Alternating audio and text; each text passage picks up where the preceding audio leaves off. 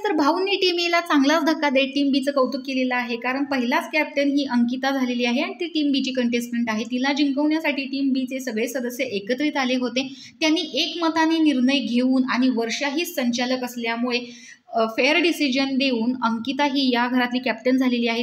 त्यामुळेच त्यांनी तिचं अभिनंदन केलं। त्यावर अंकिता देखील थँक्यू म्हणते, पण त्याच्यामुळे टीम एचे सदस्य जे आहेत ते जरासा नाराज झालेले इकडे दिसतात। त्या आठवड्यामध्ये तुमचा ग्रुपच दिसत नव्हता, पण या आठवड्यामध्ये तुमचा पूर्ण ग्रुप दिसून आला। मग ते बेबी करन्सी लपवण्यामध्ये असू दे किंवा त्यांची बेबी करन्सी चोरण्यामध्ये असू दे, पण टीम ए मध्ये कसलीही एकजूट किंवा त्यांचा ग्रुप दिसून नाही आला। कारण निक्की ज्यावेळेस नॉमिनेट झाली त्यानंतर देखील अरबाजने इकडे खूप तमाशा केला आणि त्याचा प्रॉब्लेम हा होता की अभिजितशी ती बोलते।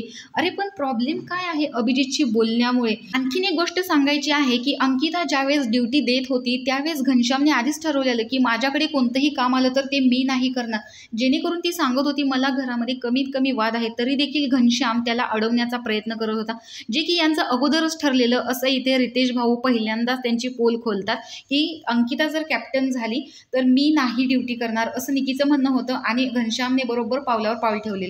तर यांचं मत होतं की वैभवला करायचं, पण निकीचं मत होतं की मलाच कॅप्टन व्हायचं आहे। म्हणजे यांच्या ग्रुपमध्ये या आठवड्यात कुठेही तुमची एकजूट दिसून आली नाही, असं रितेश भाऊंचं स्पष्ट म्हणणं असतं। तर याच्यावर टीम एचे चारही सदस्य मूड ऑफ करून बसलेले दिसत आहेत। तर अशा प्रकारे इकडे टीम ए आणि टीम बी या टीम बद्दल इकडे चर्चा होताना दिसते। तर तुम्हालाही वाटतं का की टीम ए मध्ये यावेळेस ग्रुपच दिसत नव्हता आणि फक्त भांडाभांडी दिसत होती, पण टीम बी चे जे सदस्य आहेत त्यांनी मागच्या आठवड्याचा सल्ला ओळखून या आठवड्यामध्ये चांगल्या पद्धतीचा खेळ खेळण्याचा प्रयत्न केला? तर तुमचं मत कमेंट बॉक्समध्ये नक्की सांगा। अशाच व्हिडिओसाठी आपल्या चॅनेलला सबस्क्राईब करा। तोपर्यंत बाय बाय।